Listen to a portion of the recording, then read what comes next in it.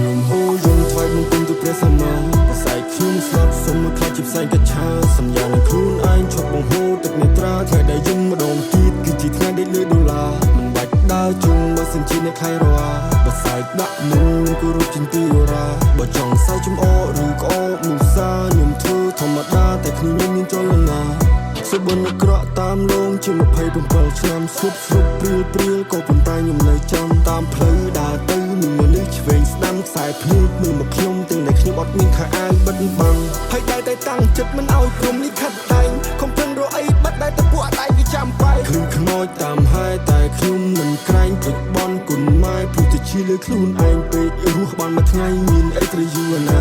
ស្លាប់មុនមួយថ្ងៃមានអីត្រូវលឺដែរណាកូនប្រុសបើកស្មាចេញចូលតុលាការលោកម៉ាក់លោកប៉ាកុំបារម្ភពីកូនណាមើលណគេចំអលលើ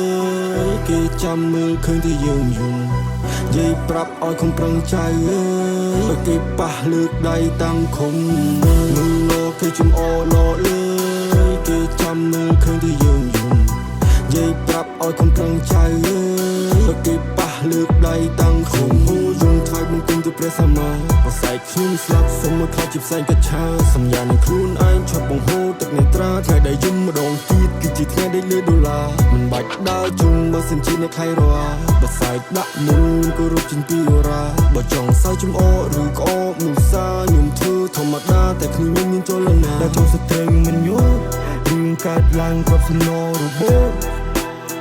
2000ជាលេខកូដនេះជាស្លាកស្នាមដៅលើមនុស្សខូចកាលនោះប៉ាខ្ញុំជាគ្រូតែគុណជាអ្នកលេងមានប្រវត្តិដែលតស៊ូក្មេងមិនស្គាល់ពីថាអ៊ូចូល8បេរុញគេបងនឹងទូបញ្ហាឡើងតាមលេពន្លឺព្រះចាំងគ្រួភ្នែកដោះស្រាយយ៉ាងណាក៏មិនអងព្រោះមានកម្លាំងបែបជីកសងអតីតកាលក្រៅកងក្រុង100ម៉ូតូដើរលេងពលៀនជួបពូនអ្នកបល័យពូវាភ័យមិនហ៊ានបើអ្នកស្គាល់ពីពូយើងឲ្យច្បាស់យើងហ៊ានធ្វើក្រុមយ៉ាងបើសិនគេបំពេញមានតែពាក្យឆ្លៀនពៀនរូបរាងសត្រូវខ្លាហក់ពីលើភ្នំមកចោលសិភៅរត់ចោលសងសាឲ្យនាងនៅព្រៃខ្លានឹកចង់គង់សុំងវឲ្យទៅសុំងវឲ្យទៅពីគ្នាយើងដែលចន្តានគេ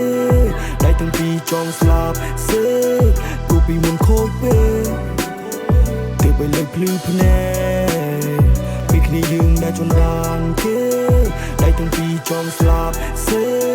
ព្រោះពីមុនខូចពេកទើបឲ្យលើកភ្លឺភ្នែក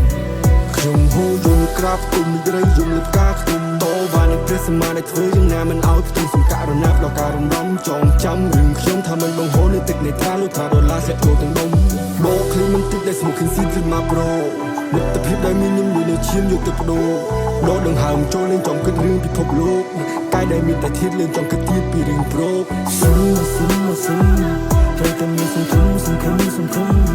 ផ្លែសម្លេងគ្រោះសាយភីគ្រប់ទីសាស្ដាប់ទៅទាំងជោគមិនជោគលោកគេ